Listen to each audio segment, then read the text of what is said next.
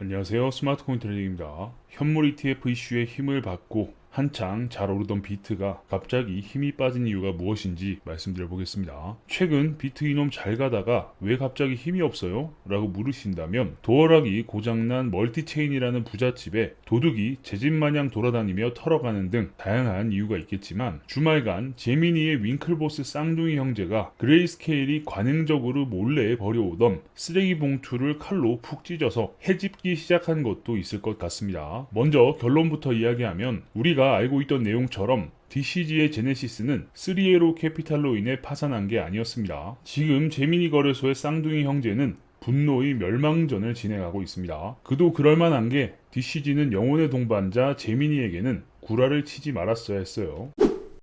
제미니는 제네시스와 오래전부터 파트너십을 유지하고 있었기 때문에 제네시스의 재무제표 로우 데이터를 가지고 있었고, 그렇다 보니 제미니는 대중에 공개된 것보다 훨씬 더럽고 쓰레기 같은 제네시스의 많은 정보를 가지고 있습니다. 이제부터 그걸 하나씩 깐다고 선언을 했습니다. 그레이스케일의 비트코인 현물 ETF 꿈도 꾸지 마 라면서요. 여기에 대해서 다 아는 사실부터 가볍게 이야기해보면 제네시스는 아비트리지 전략, 차익 거래가 박살이 나면서 파트너들도 함께 가세가 기울기 시작했습니다. 문제는 제네시스가 광고로 내걸었던 이유를 어떻게든 맨징하려고 하다 보니 제네시스는 파트너들과 함께 낭떠러지로 떨어지게 되었다는 게 중론이었습니다. 파트너들에게 보증금에 대한 요구를 하거나 부채 해소를 위한 조치라도 취했어야 했는데 그냥 존버를 했다고 하네요.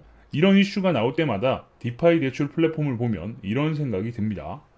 진짜 이용하는 사람이 있을까? 진짜 저기서 과연 코인을 빌려가는 사람들이 있을까? 항상 궁금한 부분이죠. 이는 그레이스케일, 제네시스 역시 마찬가지였습니다. 그레이스케일 입장에서도 대규모 대출을 해가는 곳 자체가 거의 없었기 때문에 크게 빌리는 애들은 기존 대출을 유지하기만 하고 매우 중요한 새로운 고객이 없었습니다. 냉정하게 코인 홀더들이나 비트코인 1억 가지하를 외치고 있었지 기존 전통 금융이나 외부에서는 굳이 상투 시기에 들어와서 제네시스에게 코인을 빌려가면서까지 코인 비즈니스를 할 생각이 없었던 겁니다. 그러니 기존 고객인 채무자들을 제네시스도 그냥 가만히 놔둘 수밖에 없었던 거죠. 한 명이 아쉽고 소중한 고객이니까요. 당시 대출자들이 원금은 고사하고 이자를 낼 수 있을지도 모르지만 제네시스는 일단 잔고상에는 계속해서 수수료가 찍히긴 했으니까 보증금 까먹는 월세 세입자 같은 느낌으로 놔둔 겁니다. 채무 상태를 1년 더 미결 상태로 놔두도록 허용을 했습니다. 지나고 보면 그냥 컷 했어야 하는 거죠. 제네시스는 더 이상 버틸 수 없는 사업적 활용 가치가 떨어진 파트너는 미련 없이 버리는 결단을 했어야 합니다. 물론 여기에 또 반전이 있어요. 그냥 눈을 감아준 제네시스는 쓰레기 같은 파트너를 커버해주기 위해 굳이 할 필요 없는 거짓말까지 해야만 했습니다. 2022년 봄 결국 음악이 멈췄고 무슨 법원 제출 문서를 아주 드라마틱하게 쓰죠. 결국 3AC부터 박살나기 시작했는데 거액의 대출을 유지해줄 손님을 거부할 수 없었던 제네시스는 80%라고 발표했던 3AC의 담보가 사실은 50% 이하로 책정되어 있음을 뚜껑을 열어 외부에 확인시키면서 와인이 식초가 되어버렸네요. 헤헤를 시전을 했습니다. 그 결과 23억 불의 대출 회수는 날아가고 제네시스는 12억 불의 손실을 입었습니다. 하지만 쌍둥이 형제는 이런 평이한 내용을 이야기하려는 게 아니었습니다. 제네시스 이놈들은 윙클보스 자기들에게도 가짜 정보를 줬다는 거예요. 제네시스 내부가 워낙 개판이라 외부에 공개하는 자료에 마사지하는 걸 일부 용인은 해줄 수 있겠지만 최소한 제미니한테는 제대로 된 정보를 줬어야 했다며 이제 모든 신뢰는 끝났다고 그냥 너 한번 죽어봐를 외치며 사기와 사기 행위에 대한 정보 공개를 시작한 겁니다. 지금 제미니의 분노는 아주 비싸게 먹히는 중이에요. 첫 번째, 큰 대출. 회수가 어려운 대출은 쏙 빼고 잔잔한 대출들만 모아서 통계 마사지 작업을 했습니다. 제미니, 니들이 보낸 자료에 미결제 대출 기간이 54.3일은 중요한 큰 대출 금액을 제외한 쓰레기 데이터였다는 거. 이거 다 우리의 손실 보상에 포함시킬 거니까 딱 기다려. 그리고 어떻게 해야 빨리 이 소문을 퍼뜨릴 수 있지? 두 번째, 제네시스 직원의 거짓말. 제미니가 물어봅니다. 저기 빨간 줄은 무슨 돈이에요? 제네시스 직원이 답을 하죠. 저건 언제든 우리가 현금으로 환산할 수 있는 실시간 평가 금액 지표예요. 저기에는 그레이스케일 주식 11억 달러의 담보가 포함된 미수금이 포함되어 있어요. 제미니가 여기에 대해 여러분 이거 사기였어요. 심지어 고의로 숨긴 데이터였고요. 라고 오픈하고 있는 상황.